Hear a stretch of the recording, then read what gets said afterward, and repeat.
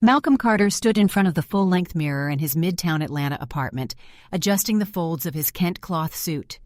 The sunlight streaming through the floor-to-ceiling windows picked up the rich gold, deep green, and bold red woven into the fabric.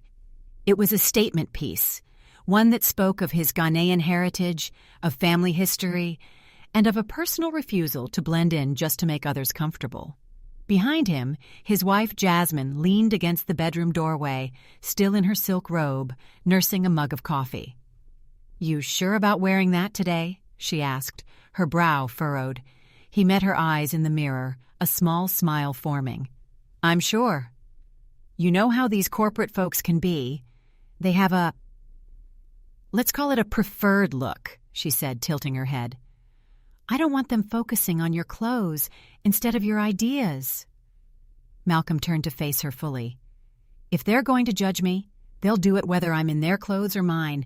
Might as well be my authentic self." She sighed, but there was pride mixed in with the concern. "Just remember, this isn't about proving a point. It's about winning that contract." He stepped forward and kissed her on the forehead. "I can do both." The suit was more than just fabric. It was a story. The geometric patterns told of perseverance, wisdom, strength, and unity. His late mother had taught him that every stitch mattered, just as every decision in life did. He remembered her hunched over the kitchen table back in Baltimore, the flickering light above them as she reviewed his math homework after working a 12-hour shift. "The numbers don't care what color your skin is," she would say. "They'll add up the same no matter who's counting." But not everyone believed that. In 5th grade, when Malcolm had said he wanted to be an engineer, his teacher laughed outright. "Be realistic, Malcolm. Black kids from this neighborhood don't become engineers. Maybe aim for something more attainable." That moment had planted a seed, not of doubt, but of defiance. Every degree, every patent, every achievement in his career was a rebuttal to that narrow vision of what he could be. By 8:30 a.m., Malcolm was ready to go. He slipped his laptop into a leather briefcase, double-checked the presentation files, and grabbed the spare navy suit he kept for emergencies. The Kent cloth was non-negotiable, but experience had taught him that preparation meant having a backup plan. The Uber black driver, a middle-aged man with a salt and pepper beard, gave a low whistle as Malcolm slid into the back seat. "That's one sharp suit, sir? Special occasion?" "Big presentation in New York," Malcolm replied, fastening his seatbelt. The driver glanced at him in the rearview mirror. "Well, you're going to turn some heads, that's for sure." Malcolm smiled faintly. "That's the idea." The ride to Hartsfield-Jackson International Airport was smooth, the spring sun glinting off Atlanta's skyline as they merged onto I-85. Malcolm used the time to mentally rehearse the opening of his pitch for the NavGuard safety system, technology that could change the airline industry forever. Inside the terminal, the familiar mix of chatter, rolling suitcases, and PA announcements surrounded him. He moved toward the TSA pre-check lane, boarding pass in hand. The agent, a young man in a crisp blue uniform, took the pass, glanced at it, then looked up at Malcolm with a slightly raised eyebrow. "This is yours?" the agent asked, as if confirming an unlikely fact. "Yes, it is," Malcolm said evenly. The agent's gaze dropped to Malcolm's attire again, before returning to the screen. "Traveling for business?" "I have a meeting at National Airways headquarters," Malcolm replied. The agent gave a slow nod, handed back the boarding pass, and gestured him through. "All right, then. Have a good flight, sir." Malcolm walked on, used to these small moments, tiny speed bumps in the flow of a day. Most people would have shrugged them off as harmless curiosity, but experience had taught him that enough of them strung together could weigh heavy. At the gate, the attendant's reaction was similar. Her eyes flicked from his Kent cloth to his ticket. "Oh, first class. Are you sure you're at the right gate, sir?" He took a slow breath before answering. "Atlanta to New York. First class. Seat 2A. Her cheeks colored slightly. "Of course, Mr. Carter. Have a nice flight." He stepped aside to wait for boarding to begin, pulling out his phone to check last-minute emails. His mother's voice came to him again. If they're gonna judge you, and he smiled to himself.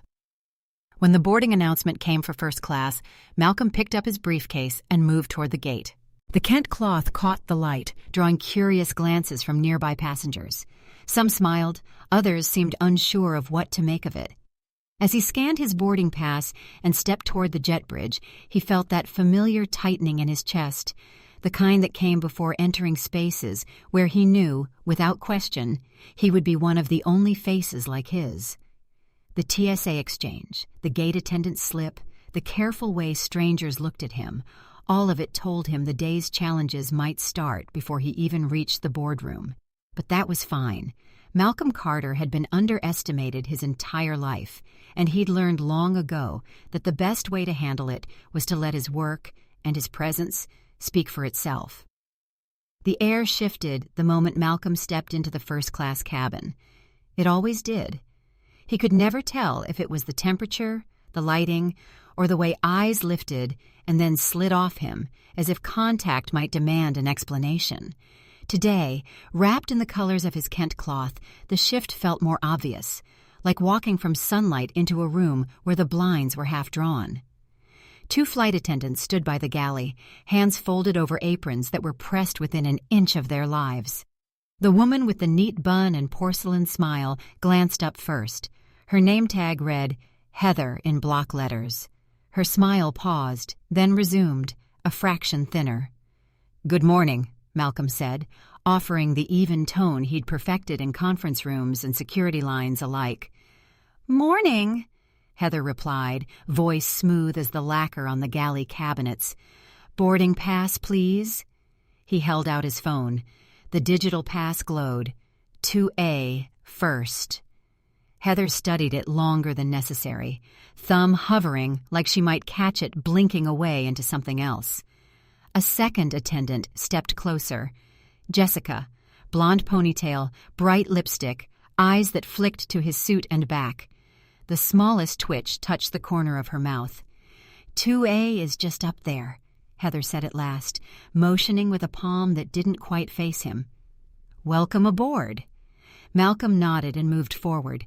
The carpet gave a little under his shoes, the fabric plush enough to swallow footsteps. Seat 2A looked out over the wing, the tip rising like a pen stroke against a wash of white sky. He settled his briefcase beneath the seat, smoothed the Kent over his knees, and took a breath. Across the aisle, a gray-haired businessman already had a glass sweating on his tray. The attendant leaned in toward him. "Still water or sparkling, Mr. Harrington?" and laughed softly at something he said. 1 row up, an older woman in 1A received a warm towel with 2 hands and a "You let me know if you need anything, ma'am." Their attention moved like a spotlight, bright where it landed, dim everywhere else. Malcolm powered on his laptop, the NavGuard pitch deck snapping into place on the screen. He zoomed into a diagram with the ease of someone who knew every line of code like a childhood street. The plane rocked gently as more passengers filtered in, carry-ons thunking into overhead bins, coats sloughed off shoulders, the soft chorus of "excuse me" and "sorry about that" bouncing around the cabin. From the corner of his eye, he caught Heather leaning toward Jessica by the galley curtain. Jessica cupped a hand near her mouth, eyes still trained in his direction. A third attendant drifted over, a tall man with a clipped beard and shoulders squared like he'd rehearsed the posture. "Brian," his tag read. He followed their gaze to Malcolm and let a smile spread. Not the friendly kind, the kind that meant he'd decided what box to put you in. Malcolm returned to his slides. He'd learned that showtime sometimes started before the presentation, on jet bridges, in lobby check-ins, in the small adjustments people made when they were deciding who you were. His mother's voice ran a quiet line under his thoughts. "Stand tall, baby. Don't let them make you smaller to fit their frame." The plane filled. A father and son walked through first class on their way to the back, the boy's eyes snagging on Malcolm's suit with open curiosity. He couldn't have been more than 11. He slowed, looking like he wanted to ask a question, but his mother touched his shoulder and guided him past.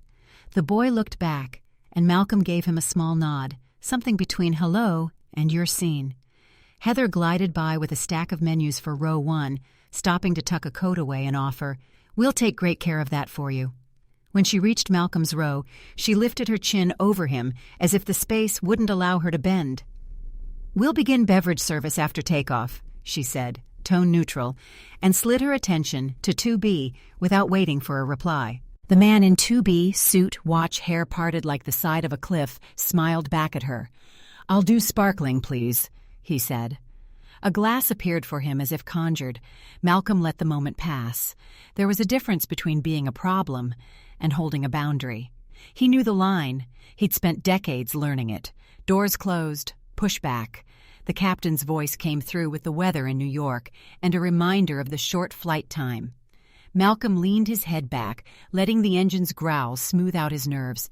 He ran through the first 5 slides in his mind. Introduce NavGuard. Anchor in the why. Give the data and then the story. Tie it to their bottom line without letting them forget it was about people's lives. The plane lifted. Atlanta fell away into a patchwork of neighborhoods he knew by memory and highway exits he could recite like hymnal verses. The nose leveled. The chimes sounded. Seatbelt signs blinked off. And like someone had hit a play button, the cabin came alive. Jessica appeared with a tray of warm towels, steam curling like breath on a cold day. At 1A, both hands, a smile. At 1B, "Of course, ma'am." At 2B, sparkling right away. When she reached Malcolm, her eyes dropped to his suit again, that small smirk hitching back into place. "Hot towel?" she asked, tone so flat it might as well have been a statement. "Yes, thanks," Malcolm said. She laid the towel on his tray without looking at him long enough to notice if he had a place to put it. It caught the edge of his laptop, a heat bloom rising under his fingers as he steadied the computer. Across the aisle, Heather leaned toward Mr. Harrington again, voice pitched to be heard. "We also have a lovely citrus sparkling today. Pairs beautifully with the snack mix."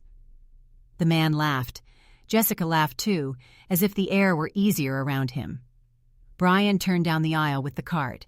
He stopped beside Malcolm's row, made a show of peering at the labels facing out toward the cabin. Water, sparkling orange juice, ginger ale. He looked back at Malcolm's suit like it had asked the question for him. "Looks like someone got lost on the way to Carnival," he murmured. Not to Malcolm exactly. To the space, to Heather, to Jessica, who put a hand over her mouth. "We should tell him Halloween's not for months." The laugh that followed wasn't loud. It didn't have to be. It was the kind that knew it could land and run without being chased. Heat rose at the base of Malcolm's neck. He kept his hands still on either side of the laptop. The part of him that had had to explain his scholarship to a dorm RA, that had been handed a catering apron at a corporate mixer, that had been asked to show ID twice in one lobby for an interview. That part wanted to say something sharp and exacting. Another part, the one his mother built and his mentors tuned, held the moment in place like a marble balanced on glass. When the cart rolled forward again, Brian brightened at 2B. "Sparkling for you, sir?" The bottle hissed as it cracked open. Bubbles filled the glass like applause. Malcolm waited. He replayed the comment in his head and set it beside the weight of the day. He measured the spillover risk.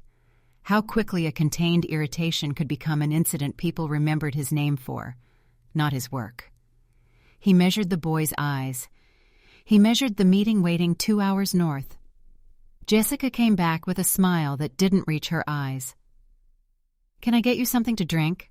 she asked, as if the answer might dictate how generous she felt like being. "Sparkling water, please," Malcolm said. "We might be out," she said without glancing at the cart, a perfectly dry chuckle in the word might. "I can offer you regular." He looked past her to the cart parked 2 rows up. Clear bottles, silver caps. He could count 6 from here. He inhaled. "Regular is fine. Thank you." She poured. The stream caught the rim of the plastic cup and, whether by bad angle or bad intention, tipped. Cold water leapt over the lip, splashing across Malcolm's Kent cloth and seeping toward the leather of his briefcase. "Oh," Jessica said, the syllable feather light. "Sorry about that." She plucked a single cocktail napkin from the stack and laid it on his tray like a bandage on a cut that needed stitches. Her mouth tilted again. "At least it's colorful. Probably won't show the stain. The napkin might as well have been a joke card." Malcolm looked at the spreading water, then at his bag, the edges of his printed slides wicking up damp. He thought of the hours spent color-coding Risk matrices, the care it took to translate algorithmic pattern detection into layman's terms. He thought of Jasmine telling him to pick his battles. He thought of his mother telling him to pick himself every time. "Could I have more napkins, please?" he said evenly. "And may I speak with the lead flight attendant?" Jessica's eyes darted. Not fear exactly. Calculation. She straightened. "Brian?" she called. He arrived with a small stack of paper and a face already arranged to be bored. "Accidents happen," he said, letting the words drop. "No need to escalate." Malcolm dabbed at the suit, then slid the briefcase onto his lap to keep the papers from absorbing more water. The Kent cloth's colors darkened where the cold clung to them. He blotted carefully, like tending to a bruise. A movement drew his eyes, row 3 across the aisle. The older Asian woman who'd been quietly reading a paperback had looked up. She caught his gaze, held it, and gave a small nod that said, "I saw without making a show of it." The businessman in 2B kept his eyes on his tablet. His fingers swiped a little faster than before. Malcolm's voice was calm when he looked back at Brian. "I'd still like to speak with the lead, please." Brian's jaw worked. He had the look of someone who preferred being in charge of a story to being in the story. "I'll see if she's available," he said, and pushed off toward the galley. Jessica hovered. "Can I get you another regular water?" she asked, as if the spill had been his thirst's fault. "No, thank you," Malcolm said. She lingered one beat too long and left. Malcolm set the cup aside, breathed, and checked his documents. The top pages were salvageable. The bottom corner had gone soft where the water found it. He slid the wettest sheets into the pocket of the seat back to dry a little, then took a fresh set from the folder he kept for redundancies. Preparation, he reminded himself, wasn't just a word in a slide deck. A small shape appeared at the edge of his row. Sneakers, skinny jeans, the brim of a ball cap turned forward. The boy from earlier. His mother stood a step back in the aisle, cautious but not unkind. "Excuse me," the boy said, voice just above a whisper. "I like your suit." Malcolm felt the tension in his shoulders loosen by a notch. "Thank you," he said. "It's called Kent cloth." The boy's eyes widened, like he was learning a word he wanted to keep. "I've never seen one like that in real life." "It tells a story," Malcolm said. He touched a small pattern near his cuff. "This one means knowledge. This one," he pointed to a square, "means unity." "That's cool," the boy said. He glanced at the napkins stacked like a paper wall. "Did they spill water on you?" Malcolm's smile softened. "There was a little accident," he said, letting the words sit without bitterness. "What's your name?" "Jamal," the boy answered. "I like planes. I want to, be an engineer or a pilot. I don't know." "Engineer's a fine choice," Malcolm said. "The world needs more good ones." Jamal's mother touched his shoulder. "We should get out of the way," she said to her son. Then to Malcolm, "Sorry to bother you." "Not a bother," Malcolm said. "Nice to meet you both." They moved on, Jamal looking back once more the way kids do when they've seen something they want to remember.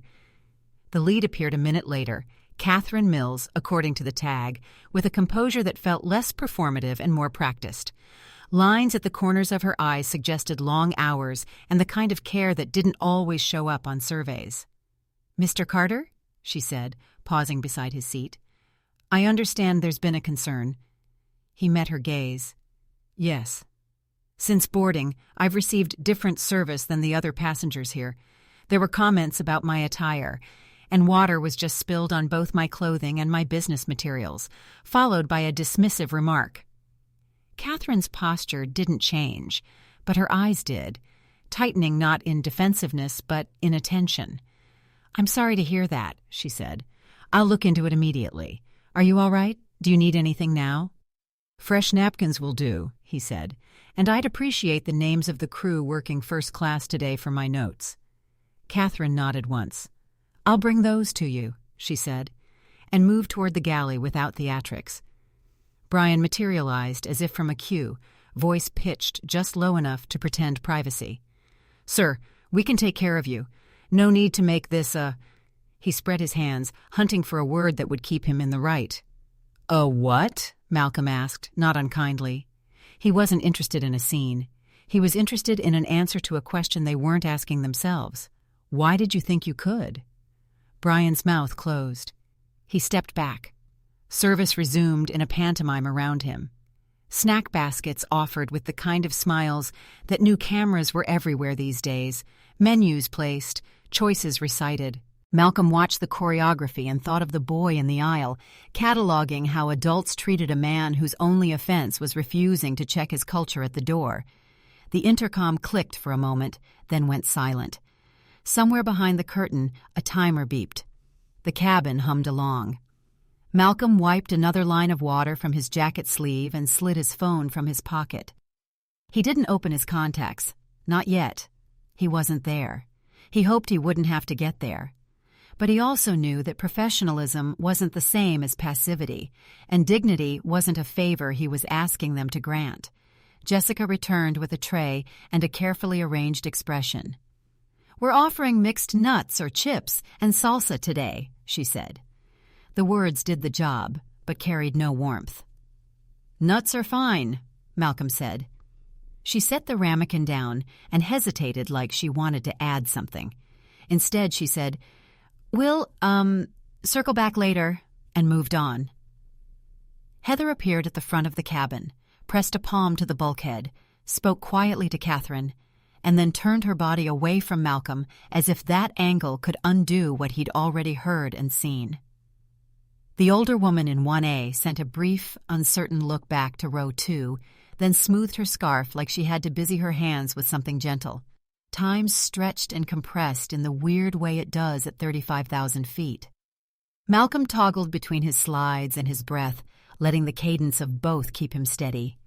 The insults had been small in volume, but large in implication. Costume, carnival, the denial of a thing seen right in front of you, sparkling water and clear bottles, had a way of saying what people avoided saying out loud. He looked again at the boy's empty trajectory down the aisle, at the seat-back pocket now holding his damp pages like a mouthful of saved words. He thought about the executives who would look at him later today and measure him against the stories they told about safety and progress. He wondered which would be harder for them to understand, the algorithm that could predict a maintenance failure, or the choice to wear a suit that told them something about him they hadn't accounted for. Catherine returned with a fresh stack of napkins and a card bearing 3 names written in careful block letters. She placed them on his tray. "If you need to speak further," she said quietly, "I'm here." "Thank you," Malcolm said. The gratitude was real. He didn't need an accomplice. He needed an adult in the room. The cabin settled into a rhythm again. Glasses clinked, laptops clicked, an engine note shifted like a throat clearing. Malcolm took a sip from his cup, now half full and safely planted, and checked the time. If all went smoothly, they'd be on the ground in a little over an hour. He could print fresh copies at headquarters if he had to. He could also carry the stained ones in as proof that beauty had been treated like a provocation, not a contribution. A soft scuff of sneakers passed again. Jamal and his mom made their way back from the lavatory, pausing when a line formed near row 4. The boy glanced over, then up at his mother with a look that meant, "Can I?" She nodded once, and he leaned toward Malcolm's aisle. "Mr.—" He caught himself. "Sir?" "Yes?" "Do you think—" Jamal began, swallowing like the words were bigger than his mouth. "Do you think people, listen better when you wear that? Or do they not listen?" Malcolm felt the question land and tug. He could have given a simple answer. He could have offered a platitude about being yourself. He could have told the truth the way he usually did. Clean, professional, nothing for anyone to pick at. "It depends on the room," he said finally. "But the right people will learn to listen. Not because of the suit, but because of what you bring when you wear it." Jamal nodded, eyes bright. "Okay," he said. "Thanks." He stood a little taller when he walked back to his mother. Malcolm watched him go, then looked down at the Kent cloth again. The colors had begun to dry, the darker patches fading toward their original vibrancy. The symbols stood their ground. He slid his phone out once more, and this time let the contact list open. His thumb hovered over a familiar name. He didn't want to use it as a hammer. He wanted the door to open because it should. Across the aisle, the older woman closed her book and set it on her lap. She turned her head just enough for him to see her face, then said in a tone meant for him alone, "I saw." It was a small kindness with the weight of a witness stand. Malcolm dipped his chin in thanks. He set the phone face down on the tray. He would give the cabin one more chance to correct itself without being told to. And if it didn't, he would do what he always did. Fix the process, not just the symptom. A minute later, Jessica swept back through with a garbage bag looped over her arm, eyes catching on his phone, as if it might suddenly turn the tide against her. Heather's smile had gone from porcelain to tight wire. Brian had found tasks in the galley that allowed him to stay out of sight when the aisle felt too narrow for accountability. Malcolm inhaled. Calm wasn't the same as quiet. Dignity wasn't a muzzle. He reached for the phone again. Not in anger, but in clarity, and in that motion, the precise, practiced way he made a decision. His eyes found Jamal's across the cabin. The boy was watching, not with the glee of someone waiting for fireworks, but with the careful attention of someone trying to learn how to be. Malcolm meets Jamal's gaze from across the cabin, thinking, not just for me, for him too. Malcolm pulled out his phone, his thumb hovering over Terrence Mitchell's number. He stared at the screen for a beat, hearing the low hum of the engines and the muted rustle of the first-class cabin around him. There was a time when calling Terrence mid-trip meant good news, landing a contract, celebrating a milestone. Today the phone felt heavier. Heather was making her way down the aisle with a tray of mimosas, her smile warming only when she reached certain passengers.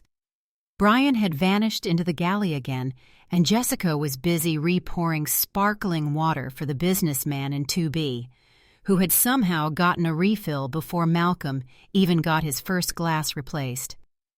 He set the phone face down on the tray table and pressed the call button above his seat. A quiet chime rang through the cabin. Heather appeared a moment later, her brows raised in polite inquiry. "Yes, Mr. Carter?" "I'd like the names and employee numbers of the crew working first class today," Malcolm said evenly. Her brows pinched. "May I ask why?" "I'd like to document what's occurred since I boarded."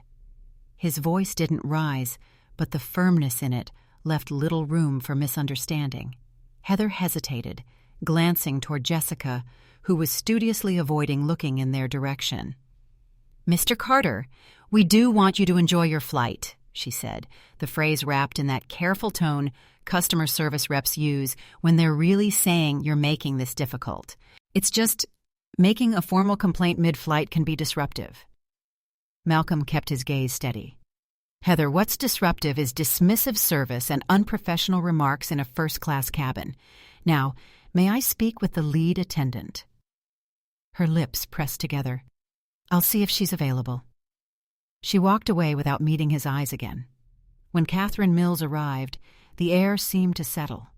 She was older than the others, her dark hair pulled into a simple twist, the kind of presence that suggested she'd handled more mid-air crises than anyone in the cabin would ever know. "Mr. Carter," she said, stopping beside his seat, "I understand there's a problem." "Yes," Malcolm said. "Since boarding, I've been treated differently than the other passengers here. I've had comments made about my attire, and water was spilled on both my suit and my business materials, followed by a dismissive remark." Catherine's expression didn't change much, but her eyes sharpened in a way that told him she was taking it seriously. "That's unacceptable," she said quietly. "Do you require anything right now?" "A few more napkins for my documents and the crew names for my notes." She nodded. "I'll bring them." Jessica reappeared a few minutes later with a napkin in hand, this time silent. She placed it down and lingered, like she wanted to reclaim some control over the conversation. "We really do want you to have a good flight," she said. Malcolm didn't answer. Instead, he turned his phone face up again and unlocked the screen. He scrolled to Terrence Mitchell, CEO, National Airways. His thumb hovered just long enough for Jessica to notice. Then he tapped call. The line rang twice before a familiar voice came on, smooth and direct. "Malcolm, aren't you supposed to be in the air right now?" "I am," Malcolm said, his voice calm but carrying just enough for the first 3 rows to hear. "And I thought you'd want to know what's happening on one of your flights." There was a pause. "All right," Terrence said. "You've got my attention." Malcolm explained, briefly, factually, everything that had happened since he stepped on board. The prolonged boarding pass checks, the side comments about his suit, the unequal service, the water spill paired with a jab. He didn't raise his voice. He didn't need to. The weight was in the details. Terrence's reply was immediate. "Who's the lead attendant?" "Catherine Mills," Malcolm said. "I know Catherine," Terrence said. "Put her on the phone." Catherine, who had returned just in time to hear her name, accepted the phone without hesitation. "Mr. Mitchell," she said, her tone respectful but steady. She listened for a moment, nodded, then handed the phone back to Malcolm. "Malcolm," Terrence said, his voice carrying more steel now. "You and I go back 20 years. We've built deals in worse conditions than this. I will not have my executives treated like this, or any passenger for that matter. Catherine will ensure you get exactly the service you deserve, starting now. And when you land, we're going to talk about this in person. Understood?" "Understood," Malcolm said. When the call ended, the cabin was quiet in a way that wasn't entirely comfortable for anyone else sitting there. Jessica stood stiffly in the galley entrance, Heather busying herself with rearranging the snack basket. Brian had reappeared but was keeping his eyes down. Malcolm placed the phone back on the tray table, folded his hands over it, and looked around the cabin. He could feel the shift, passengers' gazes darting between him and the crew, a few murmurs from those in earshot of the conversation. He looked directly at Catherine, then at Heather, Jessica, and Brian in turn. "What I want isn't special treatment," he said, his voice steady and clear. "It's respect for everyone." By the time the wheels touched down at JFK, Malcolm had already decided how he would use the morning's mess to spark real change. He sat upright as the plane taxied toward the gate, the Kent cloth suit still carrying faint marks where the water had spilled. The colors hadn't dulled. If anything, they seemed to stand taller, as if wearing the morning's battle like a medal. From his window seat, he could see the skyline of Queens in the distance, the low winter sun bouncing off parked aircraft. Passengers around him were unbuckling, pulling down bags, checking phones. A few cast glances in his direction, then quickly looked away. Catherine stopped by as he stood. "Mr. Carter, I'll escort you to the arrivals lounge," she said, her tone both professional and faintly apologetic. "Mr. Mitchell's instructions." "Thank you," Malcolm replied. The jet bridge opened to the familiar rush of cool air and terminal noise, rolling suitcases, boarding announcements, the hiss of espresso machines in nearby coffee stands. Catherine walked beside him, keeping her stride even with his. "I meant what I said earlier," she murmured as they moved through the concourse. "I'll be filing my own report about what happened." He gave a small nod. "I appreciate that." At the arrivals lounge, a uniformed representative from National Airways corporate office was waiting. A man in a tailored gray suit who greeted Malcolm with a respectful handshake and led him to a private seating area. Inside, a fresh suit bag hung on a coat stand next to a garment steamer. "Mr. Mitchell thought you might prefer to change before your meeting," the man said. Malcolm glanced at the Kent cloth and shook his head. "This one's going with me." A black sedan ferried him from JFK into Midtown Manhattan, the city sliding by in flashes of river, steel, and glass. His mind moved through the NavGuard presentation as easily as the driver wove through traffic. But this time, he knew the opening would be different. The events on the flight weren't just an inconvenience. They were a living example of the blind spots corporations needed to address. When the car pulled into the private drop-off lane at National Airways headquarters, Terrence was already waiting in the lobby. "Malcolm," Terrence said, striding forward. His handshake was firm, his eyes locking in with both warmth and concern. "I'm sorry for what happened up there." "Let's make sure it counts for something," Malcolm said. The boardroom on the 45th floor overlooked the Hudson River, the late morning light stretching across polished wood, and a long conference table. Seated around it were senior executives: Robert Jameson, chair of the safety committee, Vivian Xiao, chief safety officer, and several others whose names Malcolm had only seen on letterheads. As introductions went around, Malcolm noticed the subtle shift in expressions when they realized who he was. The same man some of them had likely seen in Terrence's forwarded memo just hours earlier. Terrence opened the meeting. "Before we dive into the NavGuard proposal, Malcolm has something to share that I think sets the tone for why this project matters." Malcolm stood, buttoning his jacket. "On the way here this morning, I flew in on one of your planes," he began, "in first class. I wore this suit." He let the room take in the Kent cloth, its geometry, its unapologetic color. "What happened in that cabin wasn't unique. I've experienced it before in airports and hotels and boardrooms. But today, it happened on a National Airways flight. I was met with skepticism at the gate, microaggressions in the cabin, and direct disrespect from crew members, all while wearing the seat and status I'd paid for." The room was silent except for the faint hum of the HVAC. "I'm not telling you this to embarrass anyone," Malcolm continued. "I'm telling you because your airline, and every airline, can only be as safe as it is fair. If your crew can't see the value in every person on board, what else might they overlook? What other signals might they miss?" He stepped to the head of the table and tapped his laptop, bringing up the first NavGuard slide, a sleek diagram of predictive safety algorithms. This technology spots patterns most people would miss, but culture needs the same vigilance. Over the next 30 minutes, Malcolm wove the NavGuard pitch together with the morning's incident. He showed how bias, whether in software coding or human perception, could lead to dangerous blind spots.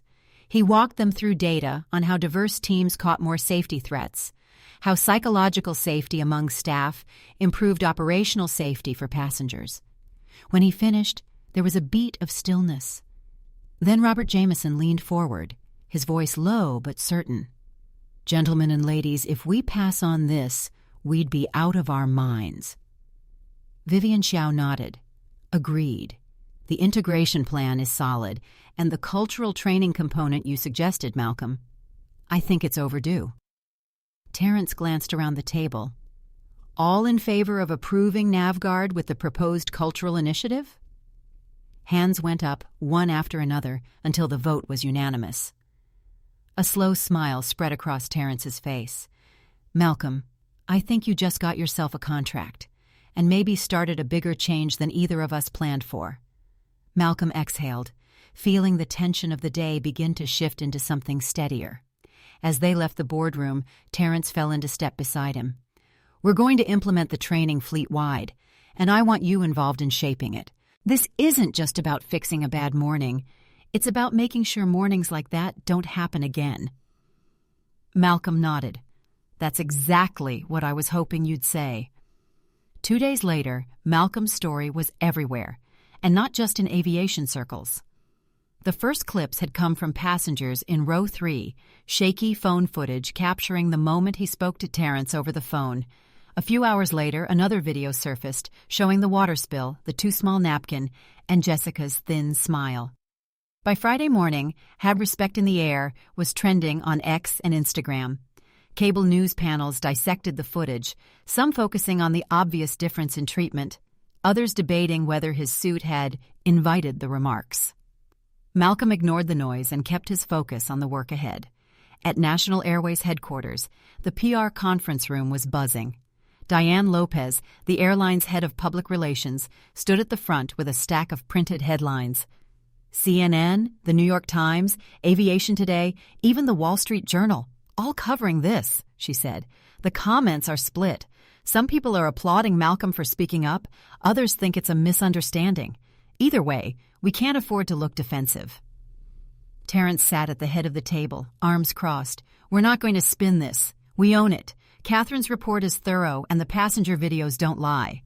One of the marketing executives cleared his throat. If we admit fault too quickly, it could expose us legally. Terrence's eyes narrowed. If we don't, it exposes us morally.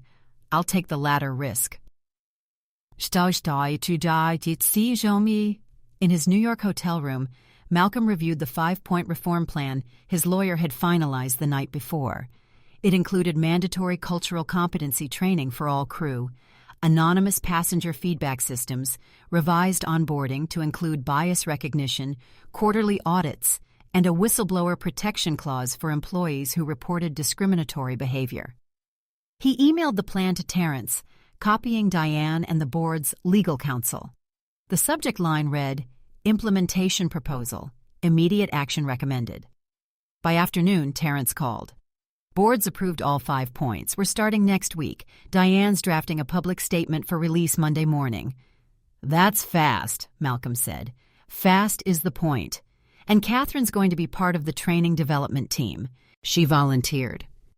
Sunday night, Malcolm sat in the green room of the National Morning News studio. The host, a polished veteran named Sarah McAdams, came in during the last commercial break. Malcolm Carter? She said warmly, shaking his hand. Thanks for being here. I want you to know, we're going to let you tell this in your own words. I appreciate that, he said. The interview opened with Sarah playing a clip from the flight, the water spilling over his suit, his calm request for more napkins. Some viewers see this as a simple customer service issue, Sarah said. You see it as something more. I do, Malcolm replied. When bias shapes how people are treated, it's not just about feelings. It can affect safety, decision-making, and trust. On that plane, it was me. But it could just as easily be a nervous first-time flyer or a passenger with a medical condition. Everyone deserves equal respect in that cabin.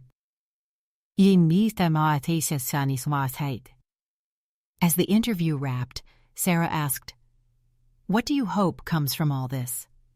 Malcolm leaned forward slightly.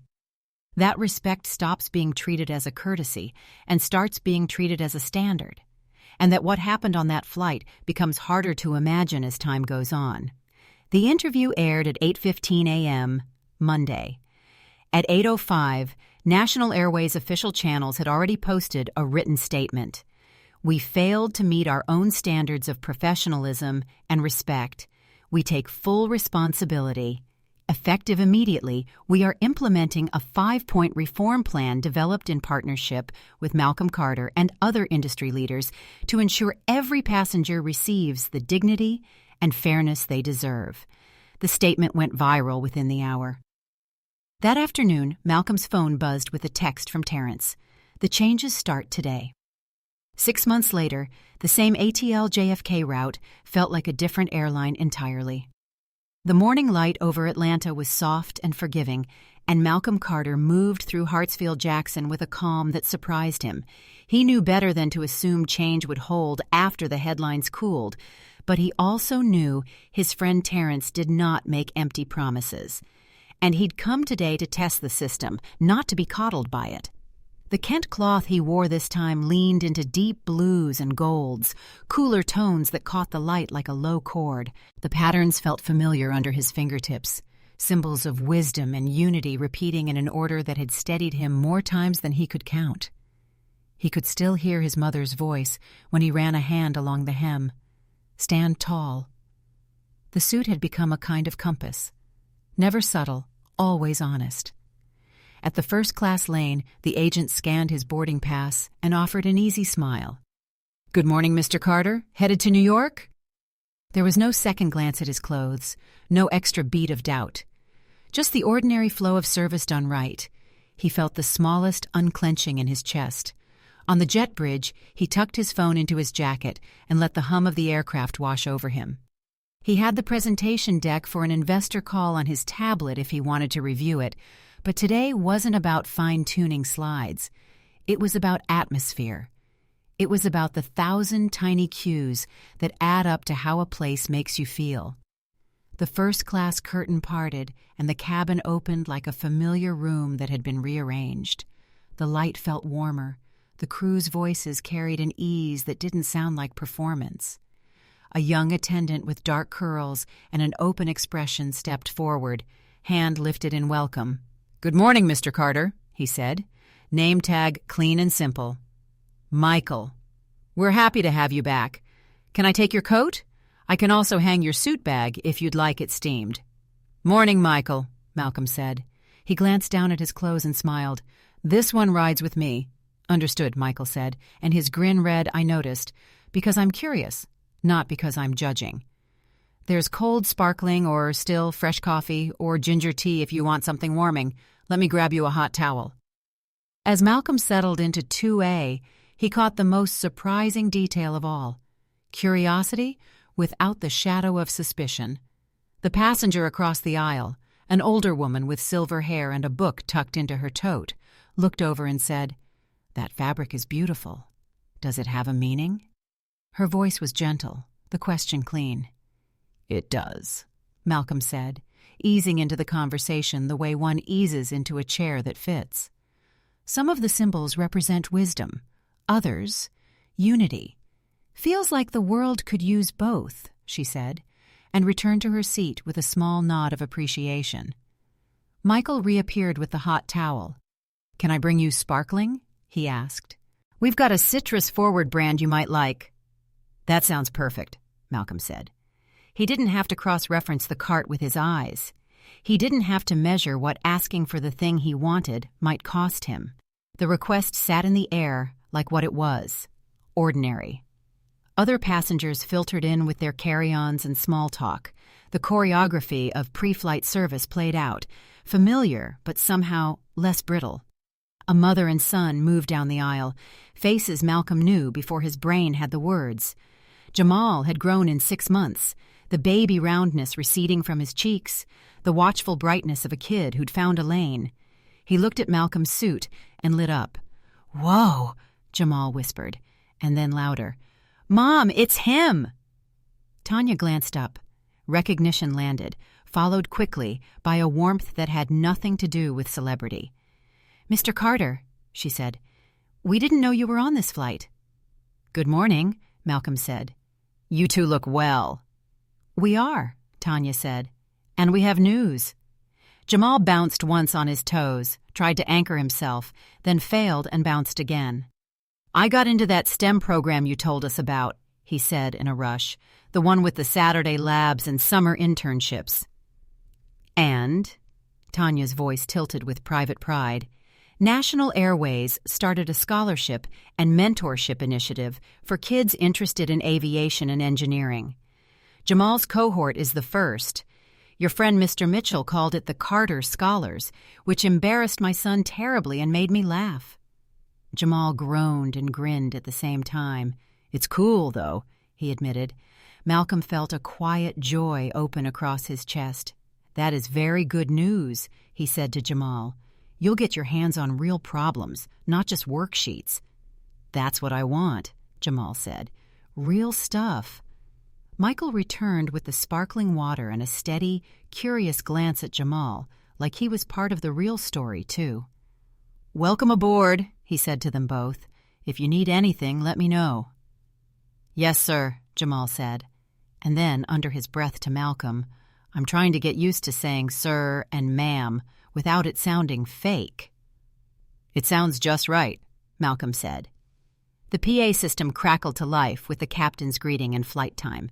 Malcolm sank into his seat, watching the cabin with the eye of a man who'd once had to document it. He didn't feel the need to gather evidence today. He was tracking something else: ease. not a scripted performance or rule compliance out of fear, but the slow-growing habit of respect. The wheels lifted. Atlanta shrank to grids and rivers and highways. The clouds opened like a blank page. At cruising altitude, service rolled out smooth as a song. Michael brought Malcolm the sparkling and a small dish of almonds and dried fruit. "We're testing a different snack mix," he said, a little sheepish. "Feedback actually matters now." "That's how you keep a system honest," Malcolm said. "You make it easy to tell you the truth." He scanned the cabin again and caught a face he hadn't expected. Familiar, not because he knew her personally, but because some people mark your memory by the role they played in a difficult day. Catherine Mills stood at the head of the aisle, speaking quietly to a newer attendant, demonstrating how to set a tray and bend toward a passenger without crowding them. When she turned, her eyes found Malcolm. Something like relief crossed her features, then something like resolve. She came forward. "Mr. Carter," she said, and there was warmth in the greeting. "Welcome back." "Ms. Mills," he said, standing enough to meet her halfway. "It's good to see you." "I requested this route when I saw your name on the manifest," she said in a tone that treated him as neither a problem nor a prince. I hoped, I'd get the chance to tell you that I'm now part of the training team. We built a curriculum with outside experts, and I help facilitate sessions for crew, especially on long-haul flights when we do onboard refreshers. It's different when they hear about it from someone who's been in the jump seat with a knot in her stomach. "I'm glad you're doing it," Malcolm said. Then, because plain truth honors effort, he added, "I'm glad you're the one doing it." Catherine's smile didn't try to erase the past. It acknowledged it, and then stepped forward anyway. "Thank you," she said. "If you notice anything, good or bad, would you share it with me after we land? I want to keep closing the gap between what we promise and what we actually do." "I will," Malcolm said. "Happily." Catherine moved on, and with her went the small, careful tension that lingered after a hard conversation. The cabin eased another notch. A few minutes later, Jessica appeared at the curtain. Malcolm recognized her without the jolt he might have felt months ago. Her posture carried a different energy, less guarded, more grounded. She looked to Catherine for a nod, received it, and walked down the aisle toward him. When she stopped, her hands were empty. No tray to stage, no prop between them. "Mr. Carter," she began, voice steady, "I wanted to speak with you. If now's not a good time, I can come back." "Now is fine," Malcolm said. "I owe you a real apology," Jessica said. "Not the one I gave on the day everything went wrong. The truth is I was defensive then, embarrassed. I spilled the water and made it worse with my words. I didn't want to see what I was doing, so I tried to make you smaller. I'm sorry." Malcolm held her gaze. "Thank you for saying that," he said. "What have the last 6 months been like for you?" "Hard," she said, a quick, honest breath. "But in a good way. The training wasn't just videos and quizzes. We had to sit with our assumptions and name them. I had to talk about growing up in a small town where difference was a punchline. I had to listen to colleagues who live in a world I'd only glanced at. I almost left the program once. Catherine talked me out of it. She said transformation is uncomfortable by design." Jessica offered the smallest smile. She was right. "She usually is," Malcolm said, and that made both of them smile. "I'm on the Diversity Leadership Initiative now," Jessica continued. "I'm the cautionary tale sometimes, and I'm also proof that people can do better when they decide to. If you're willing, I'd like to thank you for not asking for my job. I wouldn't have learned anything if I'd just disappeared." "Well, I didn't want anyone to disappear," Malcolm said. "I wanted the behavior to." Jessica nodded once, as if receiving a clear instruction. "Thank you," she said again, and returned to her work with a steadiness that felt earned, not postured. Michael drifted back with fresh coffee for the silver-haired reader in 1A and a quiet joke that made her laugh. Across the aisle, a businessman in 2B, new face, new watch, asked for Stillwater, and got it without preamble. The ordinary looked good on everyone. Midway through the flight, Malcolm's tablet buzzed with an incoming video call. Terrence's face filled the screen, tie loosened, city light behind him, energy set to the frequency of a man who finally had data to match a gut instinct. "How's the flight?" Terrence asked. "Different," Malcolm said, "in all the right ways." "That's been the trend," Terrence said, flipping his camera to show a chart on the wall of his office. 6-month report came in yesterday. Customer satisfaction up 8 points overall, 12 among minority passengers. Complaints down, especially on first-class service differentials. Employee engagement is up too. Turns out when you take people seriously, they take the job seriously. Who knew? "Everyone who's ever needed to be taken seriously," Malcolm said dryly. Terrence laughed. "Point taken. Oh, and we've had 3 other airlines call this week about licensing NavGuard and consulting on the cultural initiative. The market's paying attention to the idea that technical safety and cultural safety aren't separate lanes." "That was always the bet," Malcolm said. He paused. "How's Brian?" Terrence's expression tightened just enough to say the answer mattered. "He resigned instead of completing remediation," he said. "I'm not celebrating that, but the standard is the standard. People either meet it or move." "Understood," Malcolm said. He didn't feel triumph. He felt the weight of a system that had lines now, honest ones. Terrence leaned closer to the camera. "One more thing. The board voted to endow the Carter Scholars with a permanent fund. Tanya and Jamal's cohort is just the start. You'll get the announcement later this afternoon." Malcolm felt his throat go tight, the kind of tight that warns a tear it's not welcome in a public space. "Thank you," he said simply. "Don't thank me," Terrence replied. "You handed us a mirror and a blueprint. I just read and built." They ended the call with the shorthand of men who had done too many projects and survived too many flights together to need long goodbyes. The clouds thinned to a faint gauze. The Hudson showed itself like a strip of tin in the distance. New York's outline gathered at the horizon. Catherine made one final pass through the cabin, checking belts and tray tables with a touch that somehow managed to be both thorough and kind.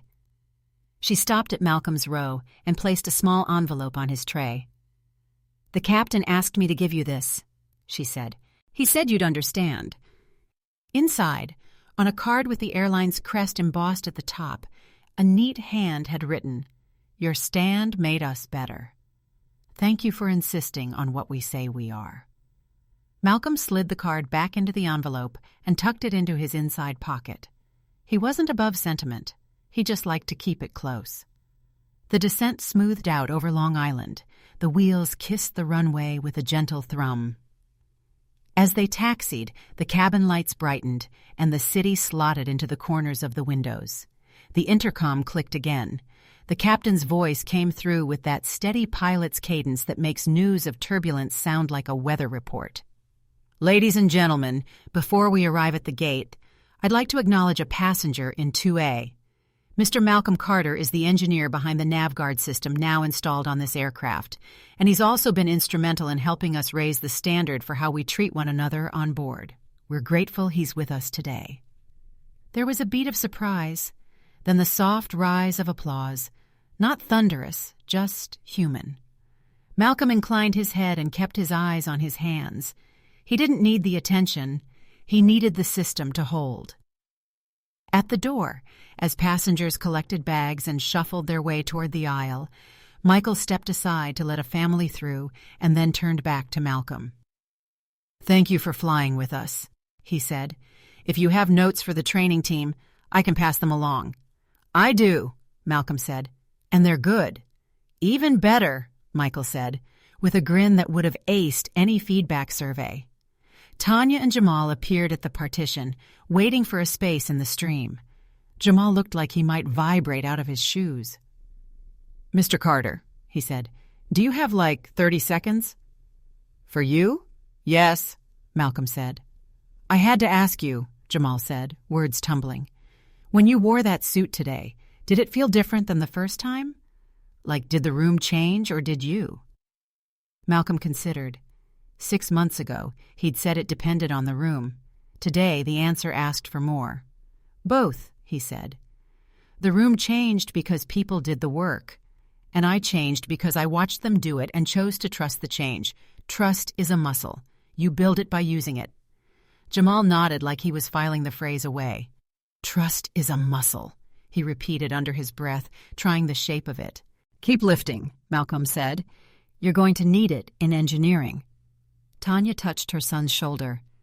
"We'll get out of the way," she said to Malcolm, "but thank you for the program, for the example, for making this feel possible." "You two did the hard part," Malcolm said. "You showed up." They inched forward with the line. At the threshold, sunlight edged the doorway, bright as a benediction. Malcolm took one last look at the cabin, not to savor a victory, but to memorize a baseline. Systems drift. His job, he'd decided, was to keep piloting them toward true.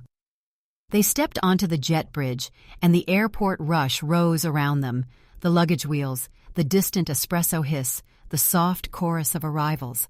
Malcolm's phone buzzed twice in his pocket. A calendar reminder for the board debrief. An email subject line. Carter Scholars, press release draft. He let both sit. There would be time. Jamal tugged lightly at his mother's sleeve and then glanced back at Malcolm with a grin that held a declaration more than a question. "When I'm an engineer," Jamal said, "I'm going to wear Kent cloth to every big presentation, not to fit in, but to stand out." The memory of that last flight lingered long after Malcolm stepped off the jet bridge. It wasn't just the ease of service or the warmth in people's eyes. It was the sense that a system had learned to see differently. 6 months earlier, he had been a quiet spark in a storm of misunderstanding. Now the air felt lighter, as though the cabin itself had learned to breathe. For the Black community, his journey carried more than personal meaning. It was a reminder that dignity could stand its ground without shouting, that calm truth could travel farther than outrage. Malcolm's decision to confront the bias on that flight, without venom but with unwavering clarity, had created ripples he could never have scripted. The reforms had reshaped an airline, but more importantly, they had restored faith in the possibility of change. The lesson was simple and unshakable. When you hold on to your worth, you not only reclaim justice for yourself, you clear a path for others to walk with less fear. The Black community has always known the weight of being misjudged at first glance, and Malcolm's story proved that even in places ruled by routine and hierarchy, perception could shift. In the stillness of his approach, he had shown that you don't have to meet disrespect with its own language. You can answer it with the undeniable evidence of who you are. It is worth remembering in our own lives, the smallest act of insisting on fairness can outlast the loudest speeches. Just as a single light in a window can guide someone home on a dark road, a single moment of integrity can illuminate a whole path forward. When we see others through the lens of respect, we not only protect them, we strengthen the very foundation of our shared spaces. So take a quiet moment tonight to reflect on the faces you've passed by without truly seeing. Consider what might change if you chose to meet each one with curiosity instead of judgment. And if this story has found its way to your heart, let it be more than a moment. Let it be a small stone dropped in still water, sending ripples toward someone who needs to know they matter. The Black community, and every community, grows stronger when each of us decides to carry that light forward.